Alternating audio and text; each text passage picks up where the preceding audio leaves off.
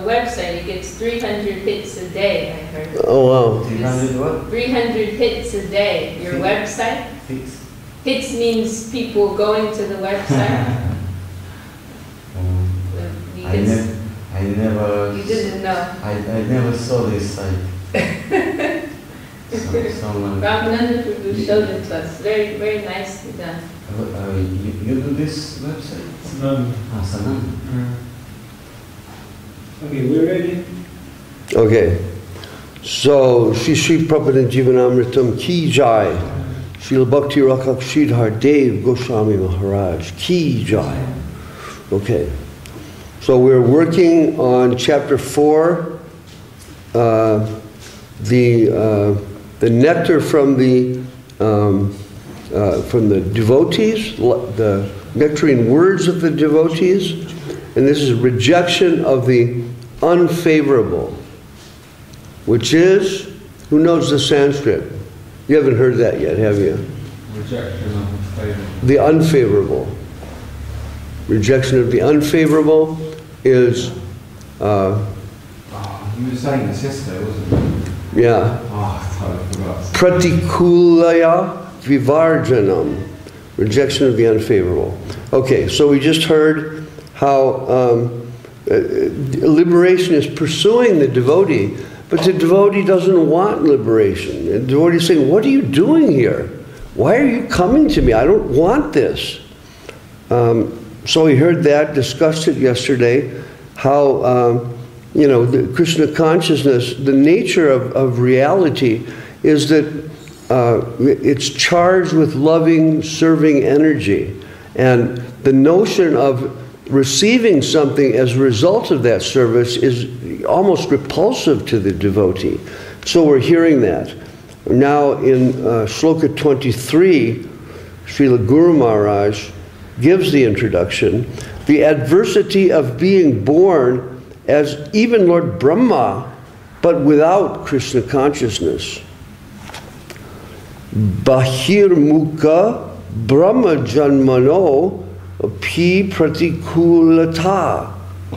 So adversity, Pratikulata, Janmano, being born, Brahma Janmano, being born as Brahma, Bahir Mukha, outside, Bahir is outside, so outside of Krishna consciousness, being born even as Brahma, Brahma Pi, Brahma Janma Pi, even being born as Brahma, without Krishna consciousness, that is adversity. It's not auspicious. And we have a Bengali verse by Srila Bhaktivinoda Thakur, which I'll read.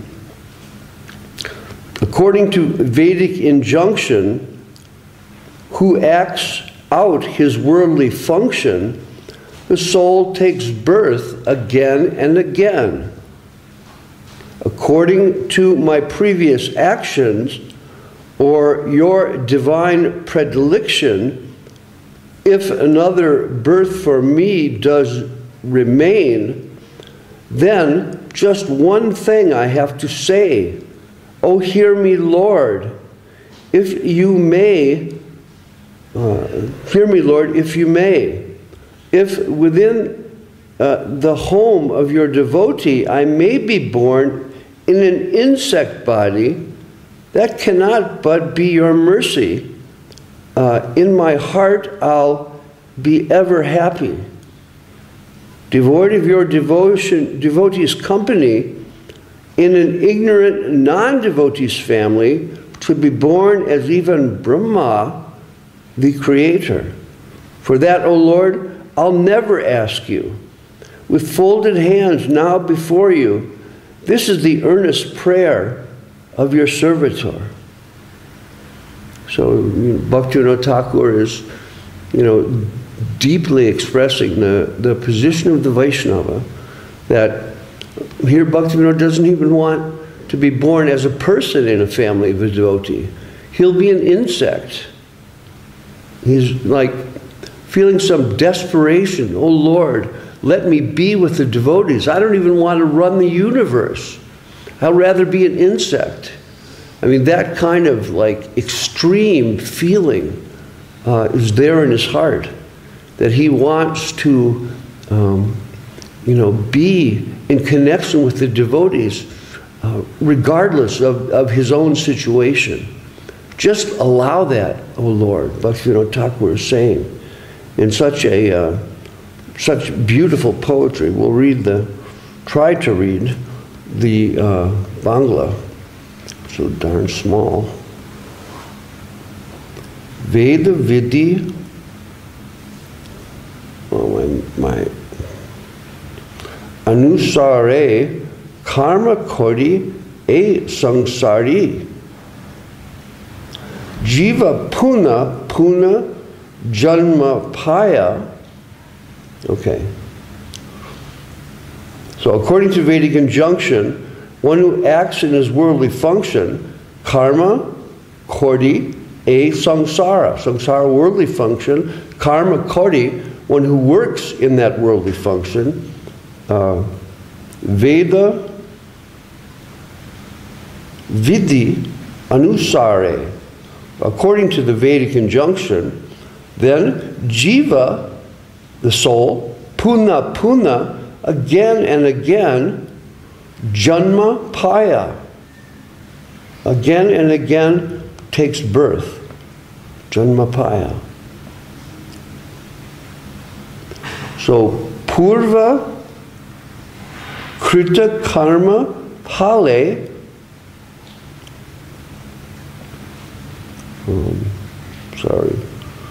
tomara Eva Ichahale, Janma Yadi Kabi Punaya. Okay. According to my previous action,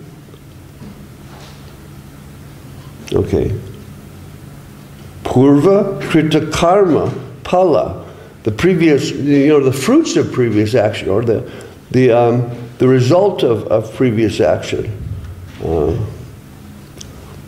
According to that, then Tomara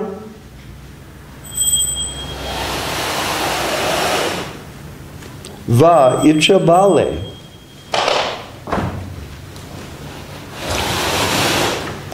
By your Tomara, your divine Ichabale, translated as predilection, but Icha is desire. So what you desire, my Lord, Janma Yadi Labi Punaya. If another birth for me, that means Janma Yadi Labha Punaya. If another birth, that means. Should I keep going through this in this way? Is it? However you like, Maharaj. Is it worthwhile for me to go through this in this way? I don't really understand what you're talking. What I'm doing now, you're not following? Oh, okay. I wasn't really following. I have to confess. You're doing like word for word. Yeah. I'm following it, but maybe you guys aren't. So I'll just, we'll just read the English again, and we've already read. Have we read the full thing? Yes. Yeah, we'll just discuss the English. So just one thing I have to say. Oh, hear me, Lord, if you may, if within the home of your devotee. So, Lord, please listen to me. In the home of your devotee, let me, then, I may be born in an insect body. The Janma Yaha Hoya. So, yeah, I may, Chitta is insect. I may be born in an insect body.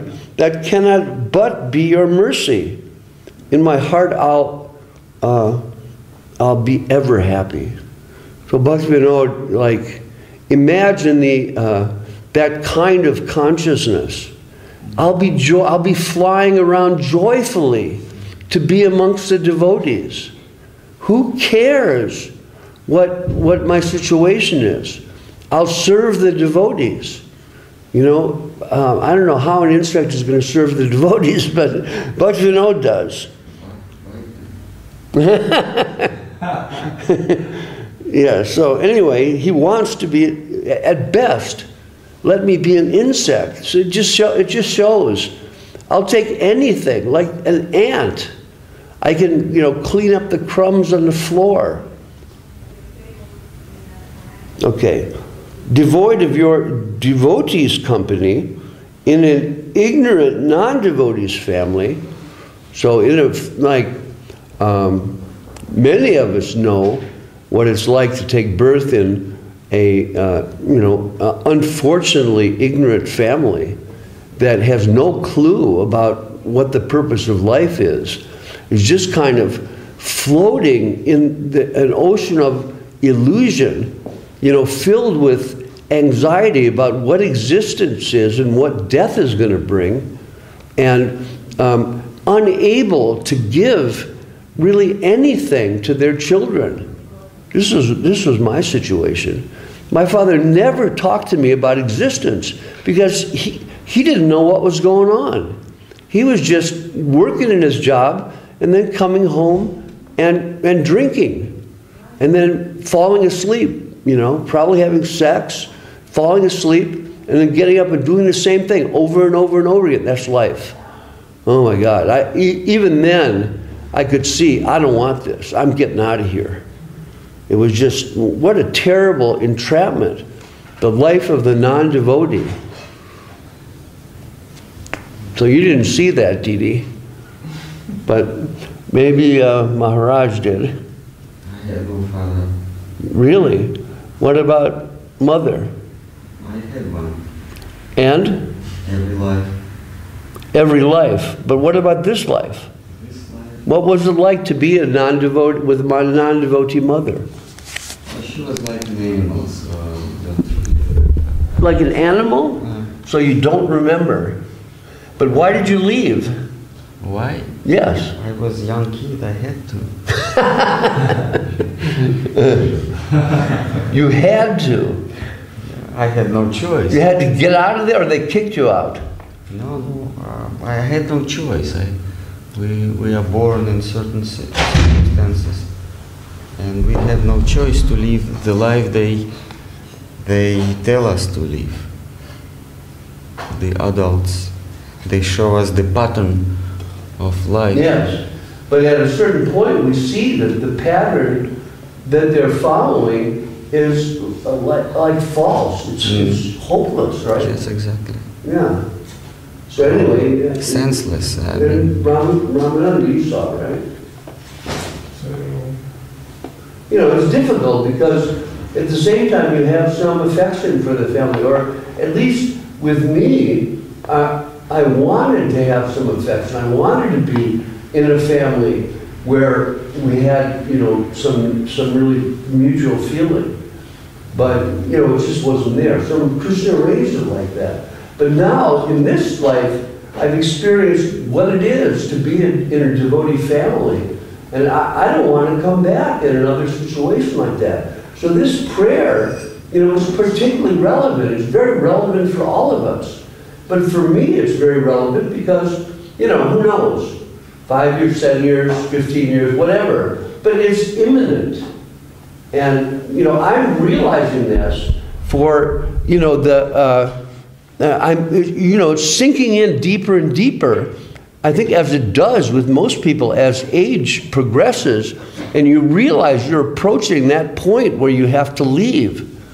Then you have to, like, think, okay, what is going to be my consciousness? Where am I going to go? What am I going to do? And you have to, like, focus on being a servant. And here Srila Bhaktivinoda Thakur tells us, you know, think about being with devotees, how lucky you are. Let me be any kind of being, but be with devotees. Don't put me into a situation again. Let me have learned enough lessons, or teach me lessons now before I leave this body, so that I will have to, you know, have the auspiciousness of a birth in a devotee's body. At which point the duty towards the family ends? At which point the duty towards the family ends. That's a difficult question, I think. I know there was one devotee in Chicago when I was the temple president there that joined against his mother's will. I think he was only 17 though. He didn't want to go back, so when she contacted us, we just ignored her. But then she wrote to Srila Prabhupada, and we received a letter from Srila Prabhupada saying that he had to go back to his parents. It was his mother, actually. His father was separated from his mother. And so I drove him downtown and dropped him off outside of his mother's apartment. And the next time I heard of him, he was in Los Angeles at the temple making films for Krishna. So it worked out. But yeah, obligation for family, has to be considered in terms of the particular consciousness of the family, and how that is going to play out in terms of devotional results. Will you be able to help them in devotional life? You've got devotional obligation as it is. The feeling of necessity for serving. You're doing that all day long. And that's in connection with Krishna. So to break that for the notion of duty, you've got a connection that is developing into a connection of real love. And something is there, something is happening there. So to go back to duty is, it's contraindicated. You've already got something that's higher, and something that we know is going to, on that level, is going to produce effects for your parents that's far beyond the effects that are going to be produced by following duty. Like Srila Guru Maharaj says, you have 3 levels of action, right? It's like acquisition. I want to get this. I want to get that for me. And then duty. I need to do this for my parents. I need to do this for my brother. I need to do these things because it's the obligation and the duty of our own nature and our situation in the world. And then above that is love. And if we act in love for Krishna, the source of our existence, our gurus tell us everything will be taken care of. We just have to have faith in that direction. And if we have faith, if we want to build that faith, it will come, and we'll be able to maintain our position in service. I mean, otherwise, if the situation is such that you're just constantly disturbed, then it may be, the necessity of the circumstance by Krishna's arrangement. Because whatever happens is happening by Krishna's plan.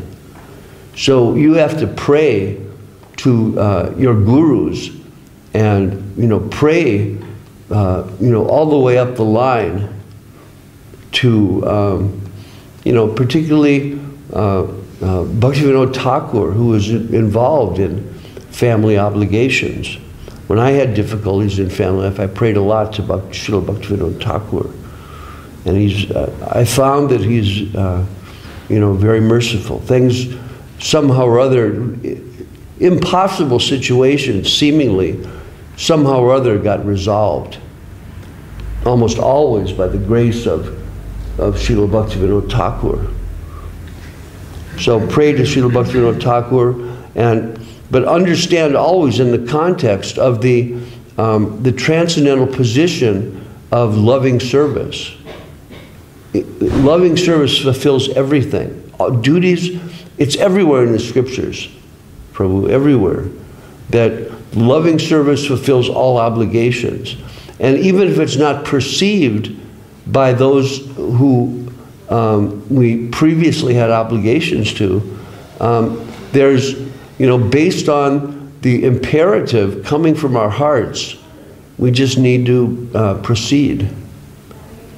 You know, it's like anything in our devotional life. We have, you know, we have choices, and we have to keep, like we heard from Srila Prabhupada, we heard from all of our gurus. We have to keep the body and soul together. So that means we do have to have our kind of feet on the ground, and with feet on the ground be engaged in devotion. So there's, you know, like someone who's got a family, he has to take care of that family. But again, real care for the family is to, you know, not only just make sure that there's food and housing and all these things, but it's also to give them a chance for devotional life. That's essential. And, you know, within that context, you know, you have perhaps more options in devotional life to come in contact with those different family obligations. But, you know, I can tell you that the choice for, you know, for family life, even in devotion,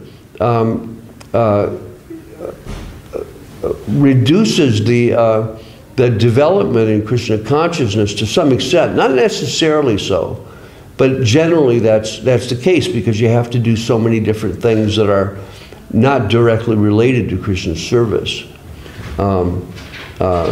You know, and ultimately, as a result of that kind of exchange, you feel something very real that has to do with, you know, a devotional relationship between two servitors who helped each other progress.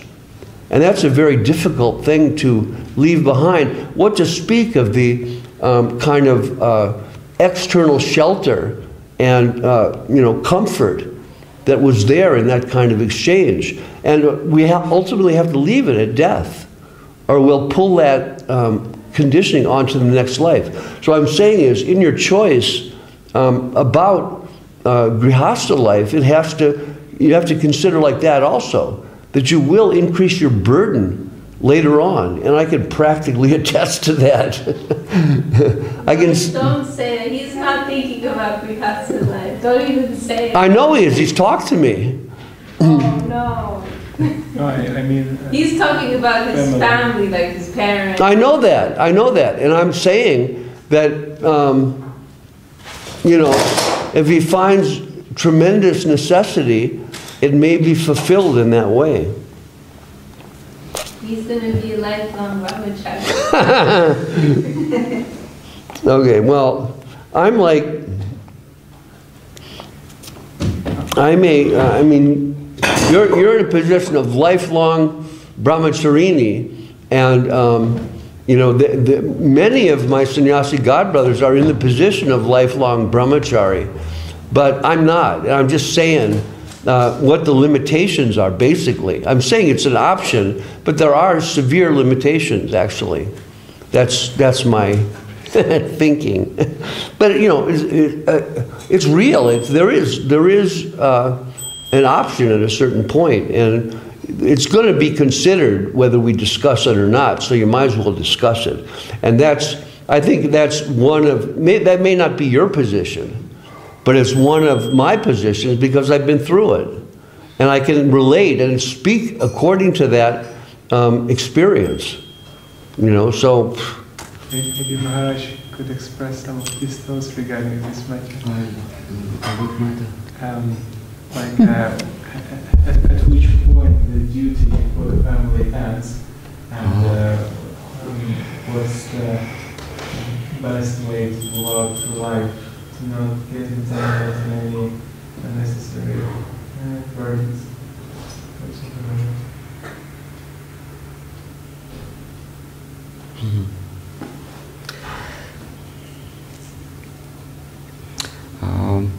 We often confused about our duty and about the purpose of our life. We think that if we have duty to, if we have duty to someone, some family, this is the purpose of our life. But it's not. So if I'm obliged to do something, it doesn't mean that this is the purpose of my whole life. It doesn't mean that I descended to this world to perform this particular duty.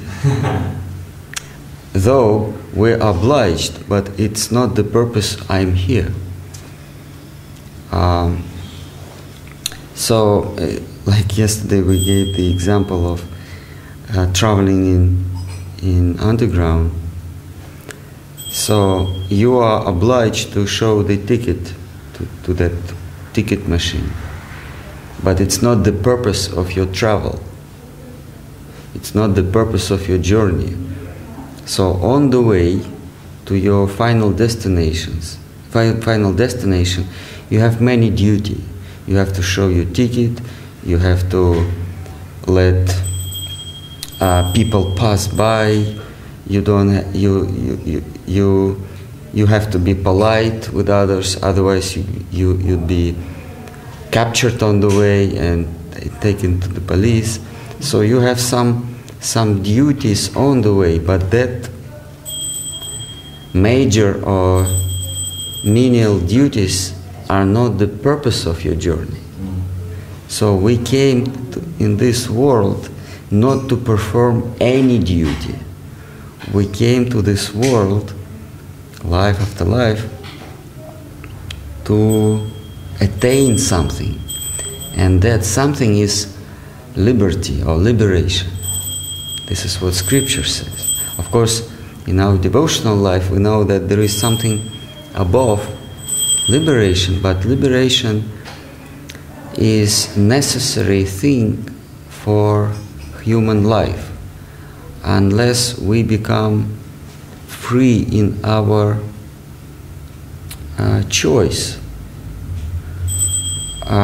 we have to perform senseless and meaningless activities, duties. We have to. So once we realize there is the purpose of my life, and the purpose is freedom or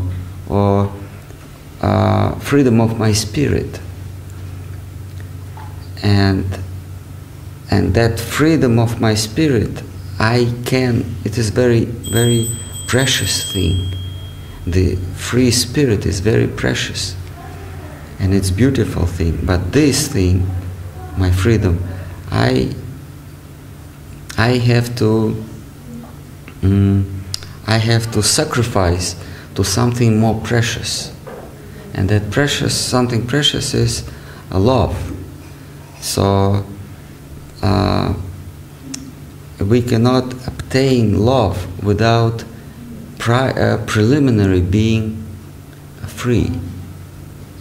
So the purpose of my journey in this underground, or this earthly mundane journey, is to become free on the other side of that town.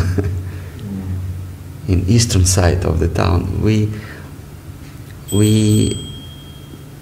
have to become free there, and then we sacrifice that freedom. We enter some house. Like if we travel from here to Green Street, the purpose of our journey is not to show tickets and be polite with other passengers.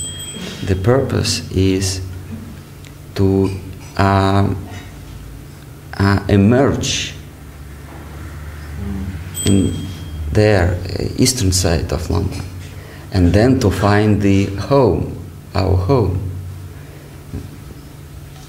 So our life is the same, and as for particular situation, there is no general advice, there is no general instructions what to do with your parents.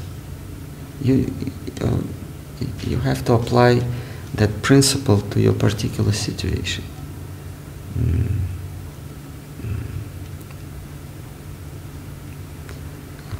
But we have to keep in mind that we are eternal conscious being, and we are charmed in some periods of our existence. We are charmed by different things, and this charming called life.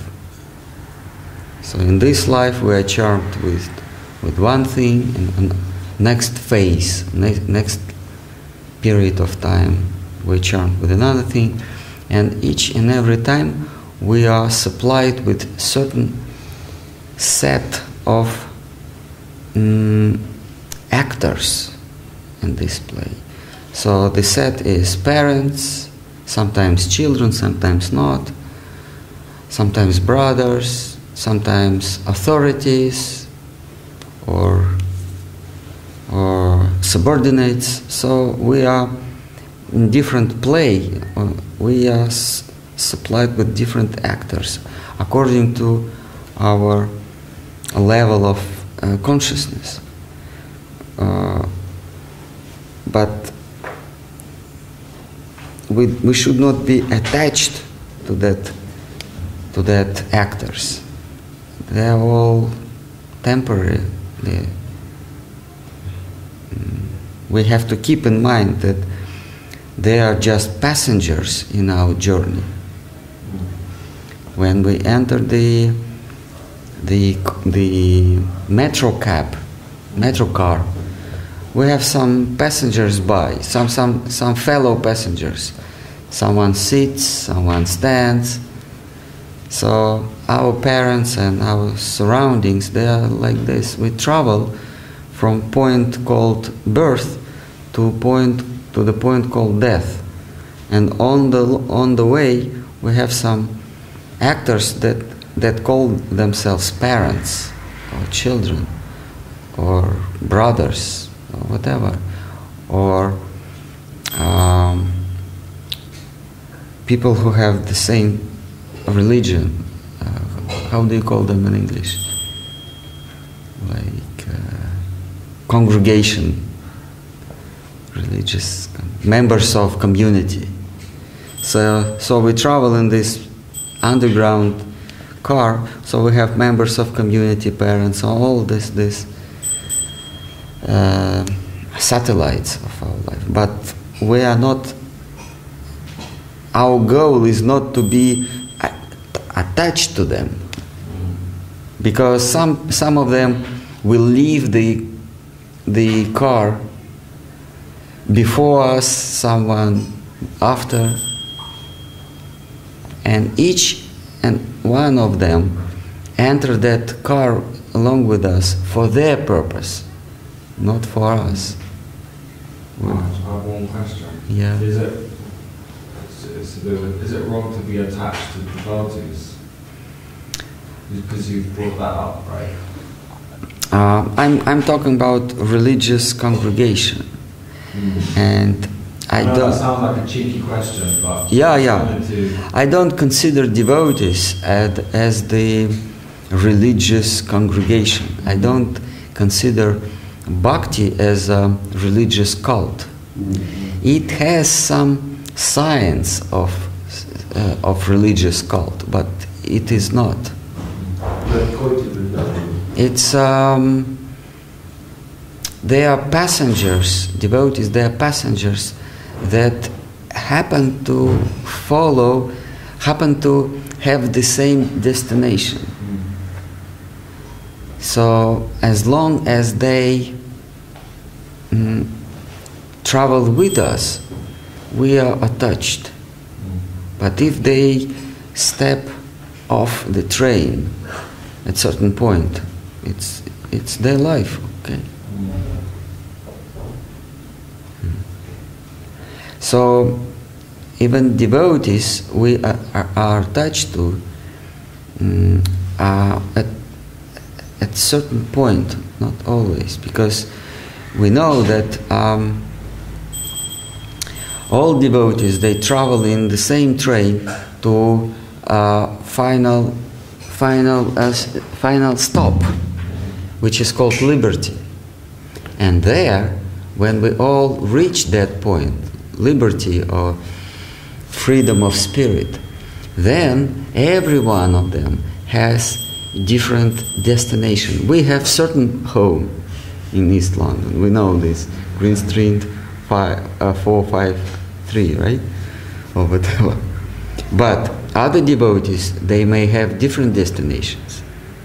After being liberated, someone may travel to that particular quality of relations with the center. Some devotee may travel to another place. Our guardians, they invite us to their realm. So those devotees who travel along with us to that particular home, they are our fellows, our folks, but not others. So though we may be in the same room, we may chant same mantra, we may bow down to same gurus, but internally everyone has his personal destination in that realm.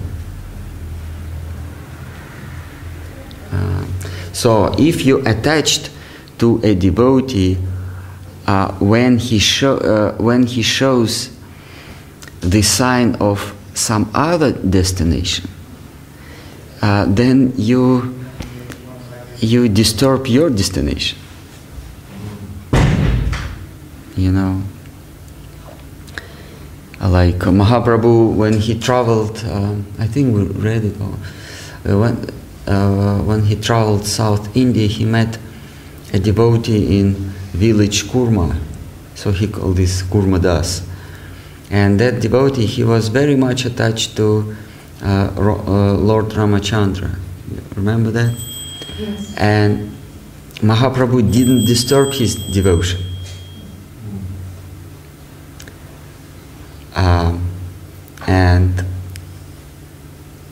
And even he told him, don't change your devotion to Lord Ramachandra, because you are so deeply devoted to him.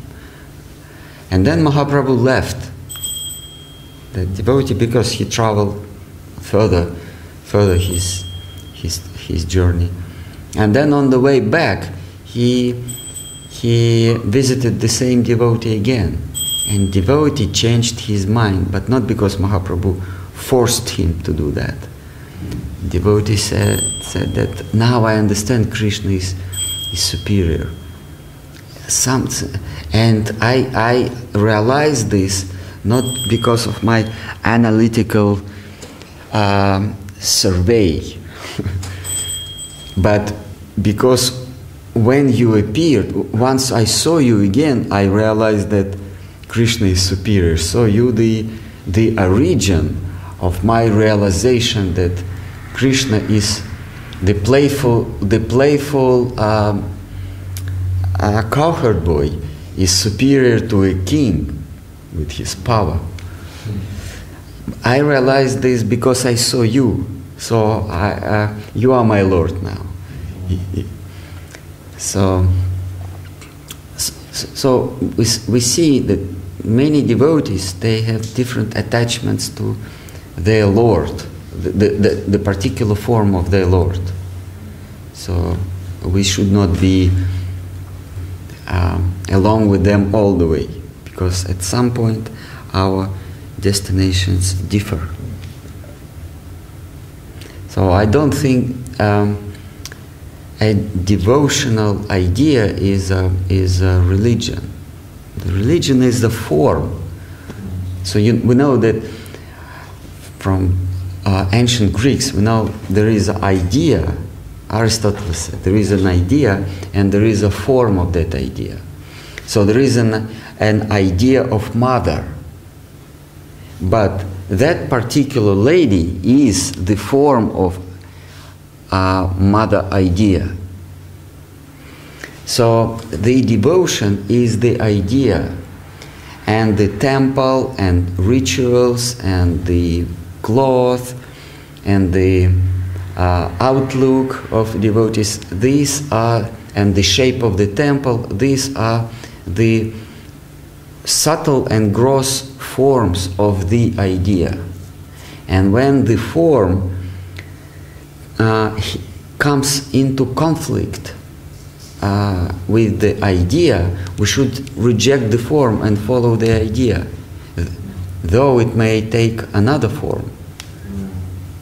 So the devotion is not religion, because religion is the idea. What is religion? Religion is the code or canon law, right? They call it in English canon law. So it's a codex of behavior, religion.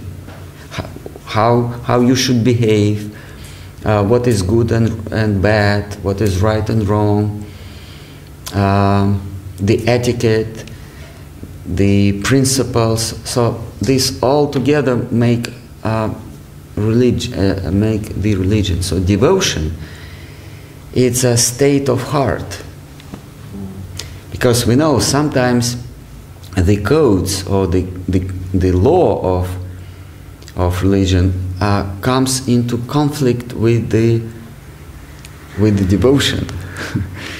So and Srila Sridhar Maharaj gave the example that a servant is not allowed to enter king's bedroom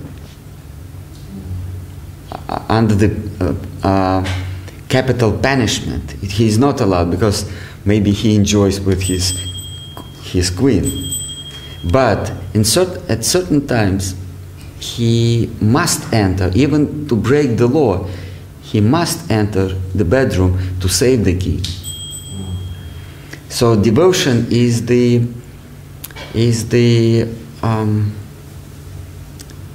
position of heart. It's a combination of emotions, feelings, and on the other side there is a laws and rules and regulations. So sometimes we have to reject religion and follow devotion.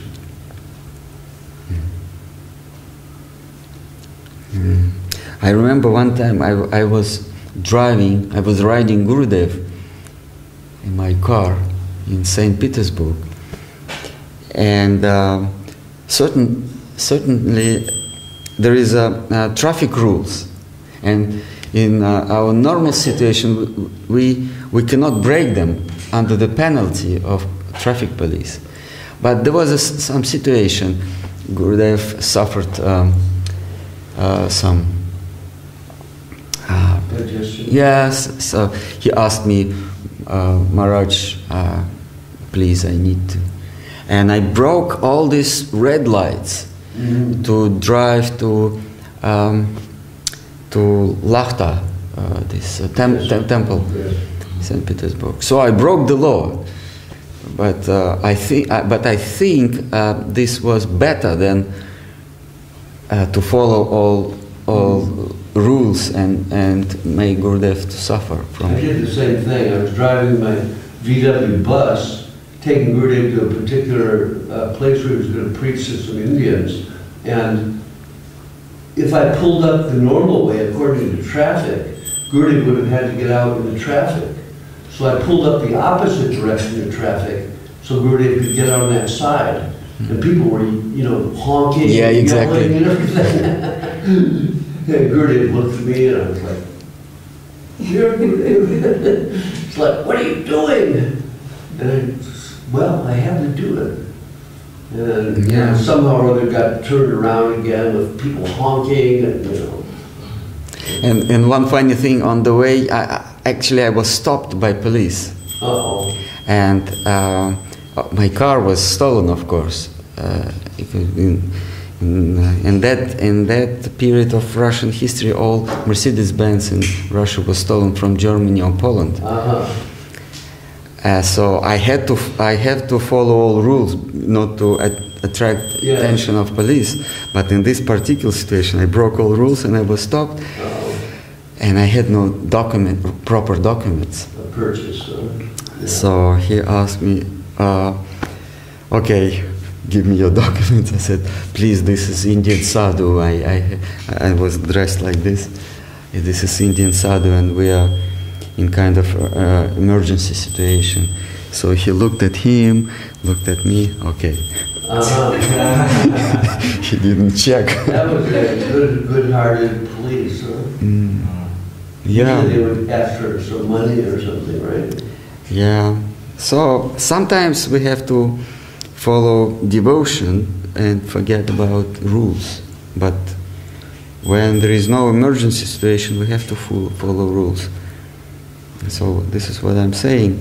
Externally, our congregation may look like a religion, no, the religion, but internally it is not. Too long. Any other doubts or threats? Anyone wants to confess about his criminal past?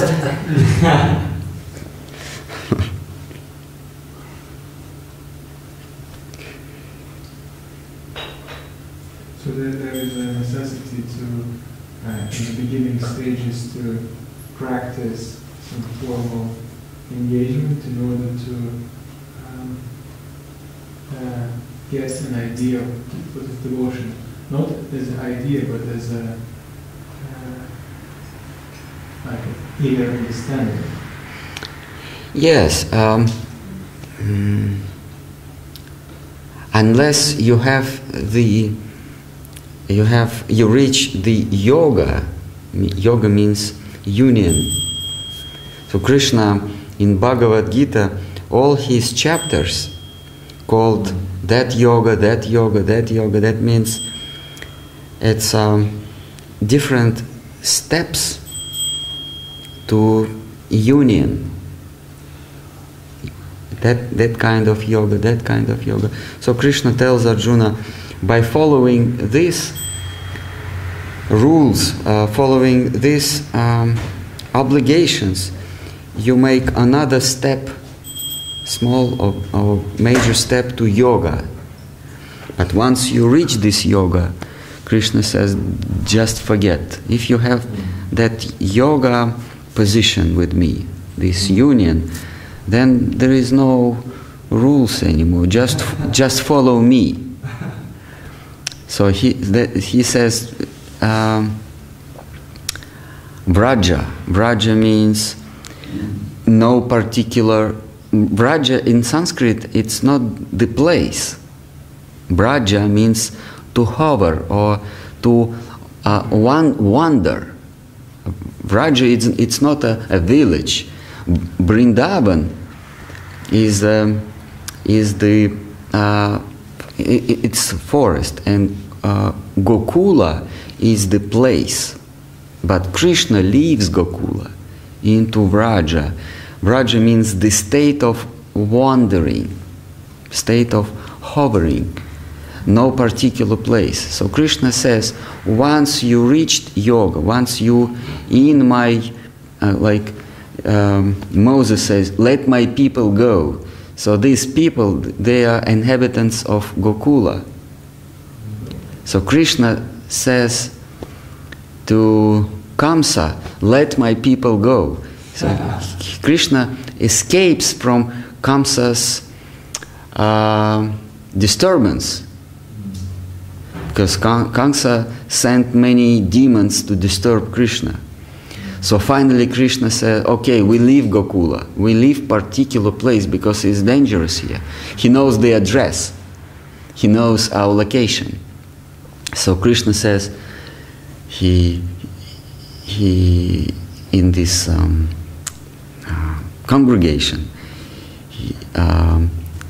in that meeting, he said, okay, let my people go. Let's go to Vraja. Vraja means to go here and there, no particular place to stay. We have this buffalo carts, so we will travel all the way. So we will lessen the chances he finds us. So Krishna tells Arjuna, when you are in my stock, in my people number, when you are in the book of life, you are my people, then go to Braja. There is no rules anymore. But before we reach that place, before we reach, so to say, union with the Lord, we have to follow steps of yoga. Yoga, it's just another step to union. But before we reach that step, we have to follow rules. And on each and every level, there are different rules, which is what is applicable in your situation is not applicable to my situation. What is relevant to you is not relevant to me. Maharaj, it seems like when you read the Gita, Krishna is talking about all these different yogas, and he systematically is advising Arjuna according to his question, saying, oh, in my opinion, I think this is good for you. Actually, even better is this, and even better is this, and even better is this. And then finally, in the end, he says, forget everything, just come with me. So, what if,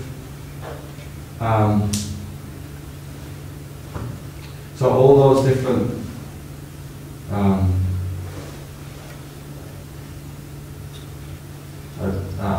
all the different advice that Krishna is giving, so he's systematically talking about all these different yogas in their respectable sections, stages, right, levels of consciousness. It's possible for someone to, is it possible for someone to not see all of them? Not see any of them, Oh. but only the last one, then he's that, okay, this makes sense. The last one. But you just go with you, yes, this makes sense.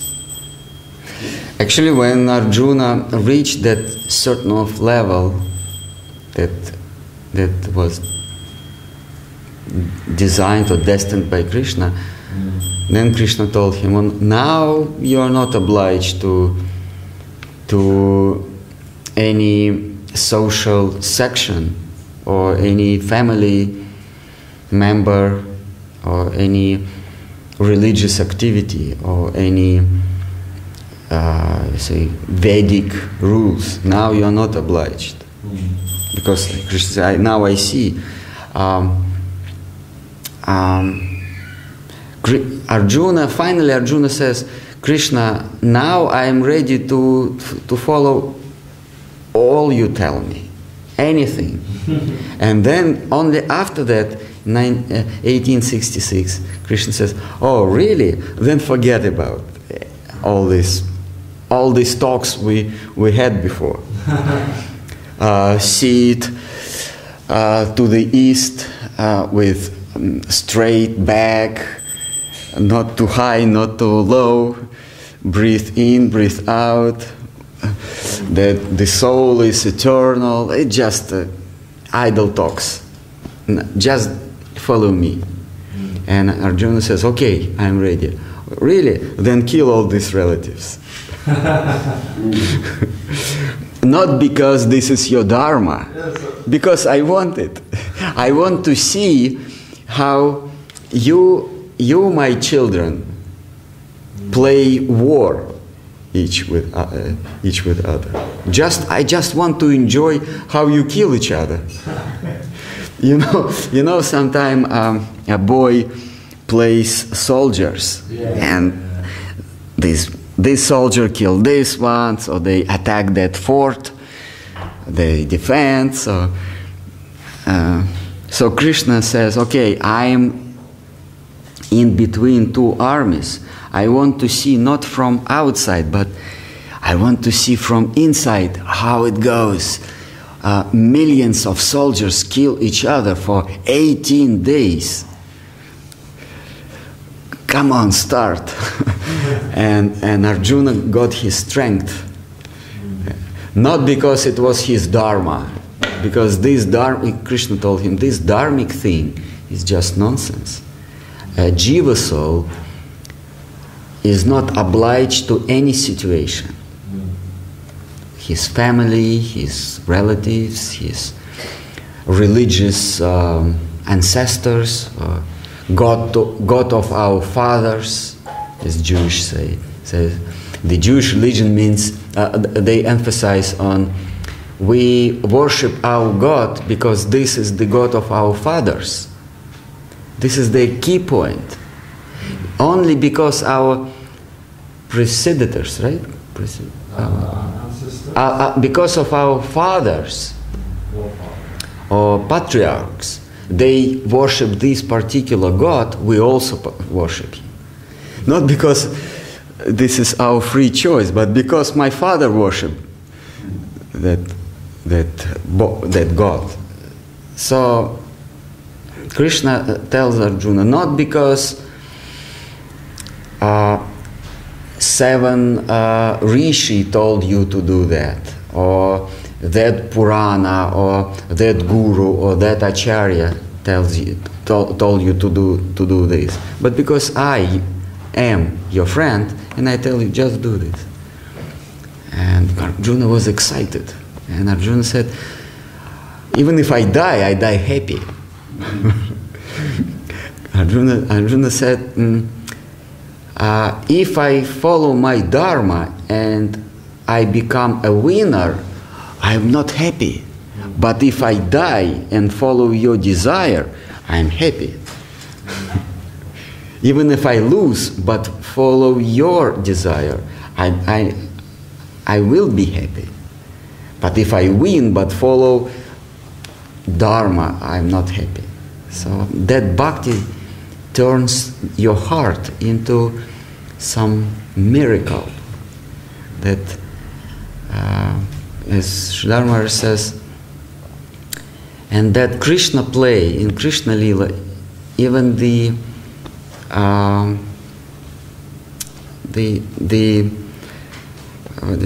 deer who is killed by a tiger, he is happy. Because he is acting. That was really a good example, Maharaj. As a child, I played so much war. Okay. And I can think like what it must be like to be, with Krishna, feeling like, it doesn't matter. You can't really die. Just fight, and you'll be with Krishna. Yeah. What an amazing feeling. Huh? And Arjuna did it with happy mood. Yeah.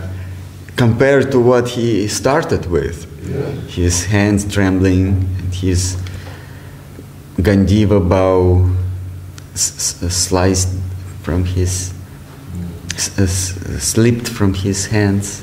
It's like freedom from anxiety. Freedom. As well. Real freedom. This is freedom. Yeah. Real freedom means you have nothing but the Lord. Yeah. So all your property, all your riches is Krishna. No, you don't have anything else, and then you're free and happy. But philosophers and Mayavadi, they choose another freedom. They have nothing, including Krishna. So they have nothing. They are free. They are really free, but they're not happy. You can be happy only if you have nothing, but you have Krishna as your Lord.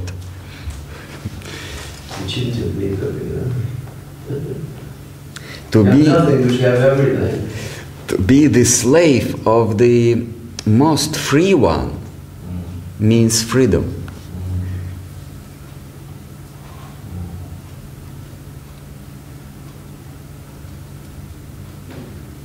So any other threats or doubts about his devotional life? I think it's time, all right. Anyone wants to leave his spiritual life right now? Just declare it. If not, then we can meet tomorrow. It's like jumping out of an airplane with no parachute, Maharaj. It's like there really is no option. Yeah, but then the faith come into first plane.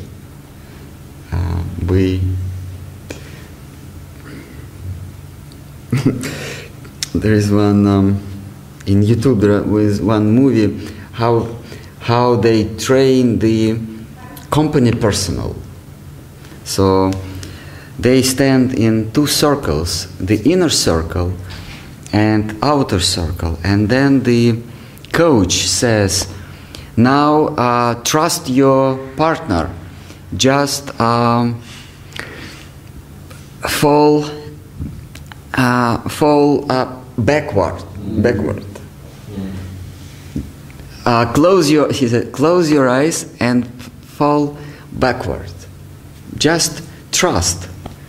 And this, and people in inner circle, they let their fears go, and they fall into hands of those who are behind them. And last lady, she missed the point and she fell forward and smashed her nose. Oh no. She had faith anyway. She had faith, but we shouldn't have blind faith. We have to follow the order. Yeah, follow the right direction. Right direction. If our guardians say fall backward, so fall backward, not any other direction. So if we jump from the plane from right side, as we are told, then we are helped. We believe. Like sometimes they jump out of the airplane and there's already someone comes after, or someone is already out there, and they get to that person who has a parachute, and then they land safely. But they have to have faith that they can find that person and get to that person. Something like that, Maharaj. Yeah.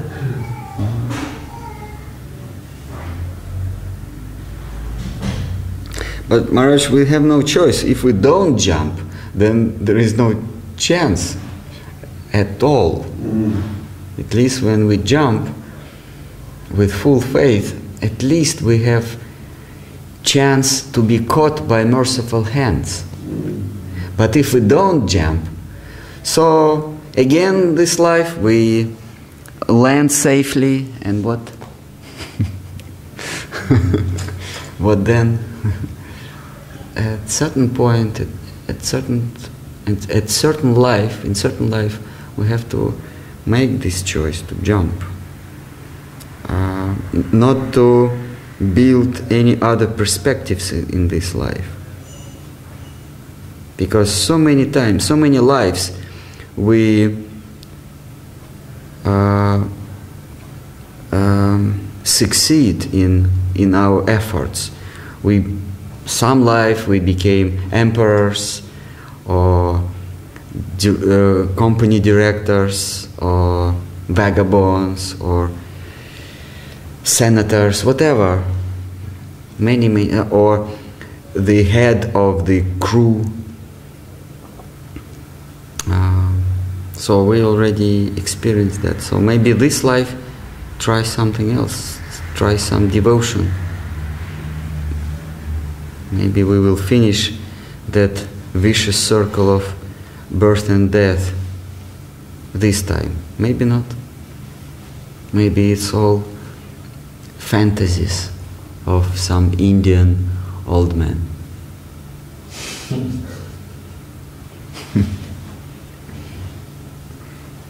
That is like 1/10 of 1%, if that.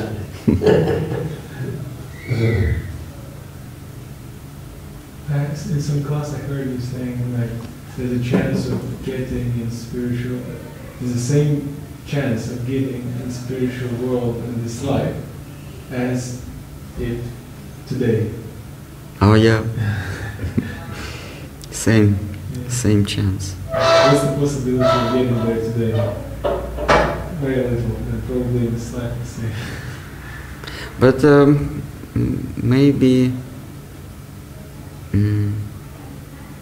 there is no spiritual world. We don't know. But I don't think Srila Sridhar Maharaj lied to us. He doesn't look like a liar. He looks like an honest person, and Gurudev, they look like honest persons. Because I saw many liars, of course externally in my life, but my Gurudev doesn't look like. I didn't see symptoms in him, symptoms of a liar. And Sridhar Maharaj, he doesn't sound like a liar. But normally people lie because they want to obtain something from you. Yeah. That was the last thing you felt from Srila Sridhar Maharaj or Srila Govinda Maharaj or Srila Prabhupada.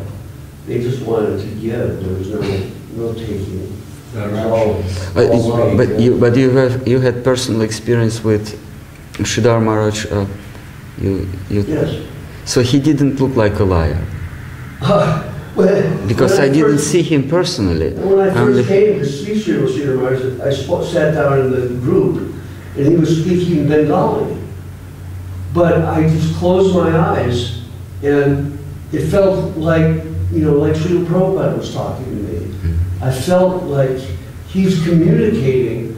There's languages there, but he's communicating in a real language, a spiritual language that comes, something comes through to my heart. And all these great souls connected with our heart. And because of that connection, however, minute, because devotion is so powerful, it just, overtakes the other things gradually. You just, you think you have options, but you really don't. And, you go on in that direction because they've shown you something of what it is. And that little something is so much that there's really no other point in life. There's no other choice, really. Once you feel that from your guru, it's just, that's it for material life. As far as dealing with your particular position in the modes of nature and going on in that way, devotion always balances that and reveals. Devotion always balances that and reveals what's necessary. Like Guru Govinda Maharaj always said, wait and see.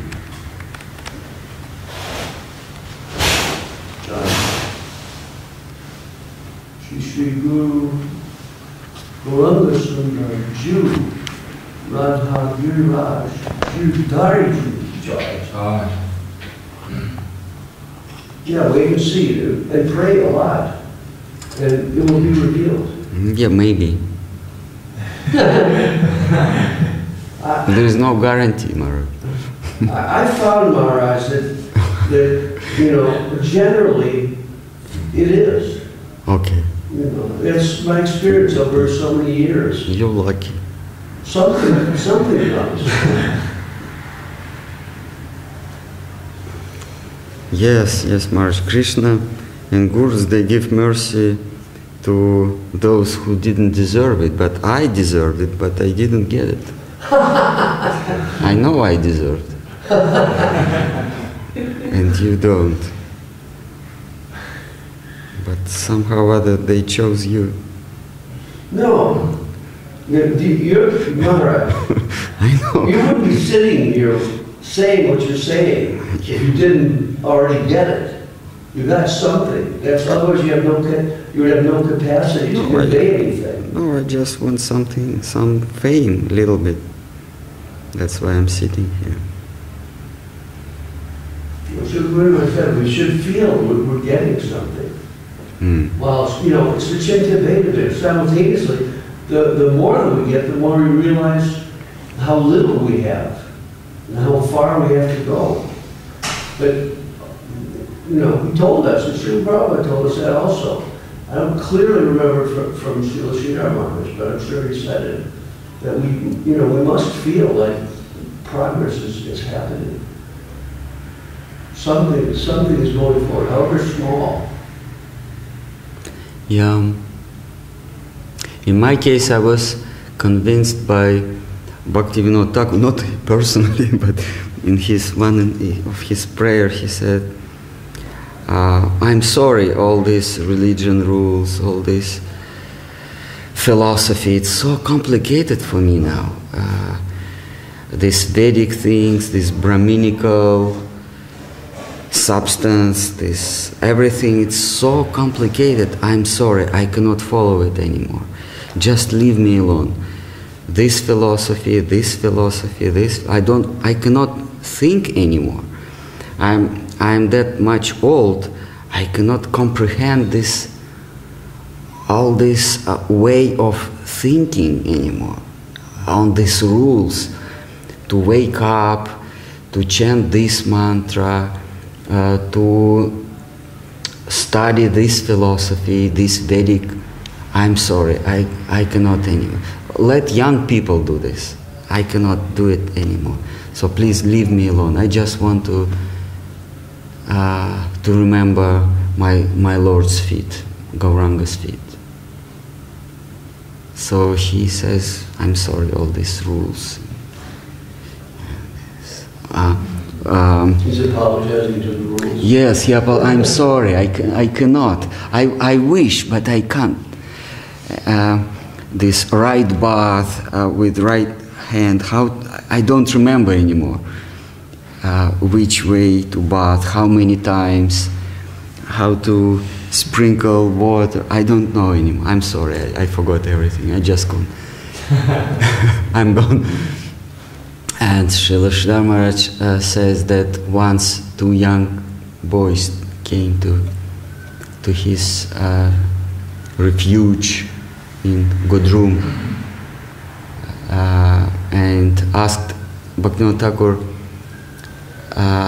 tell something about Krishna, and he gone mad. He couldn't stand on ground. He fell down, lost his external consciousness. So I don't think he was a liar. People cannot lie like this, because he was too old and he rejected all governmental position, all revered position from senior devotees, from senior members of society. He didn't care anymore. So in this stage of consciousness, a person doesn't lie, because he already reached before. He was a magistrate. This is the highest position in Orissa, and he rejected it. They wouldn't let Indians go any higher than that. Yeah. So he was on the top. He was like a Brahma, speaking universally in terms of India. He was like a vice king, actually. And he rejected it.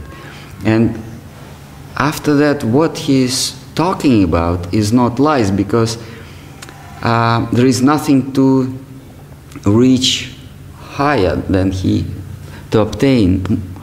He already got the highest position. Yes, what he knows is truth. And all his prayers, this is what comes from his heart. So I don't think he was a liar. So there is a hope for us that our guardians, they don't lie to us.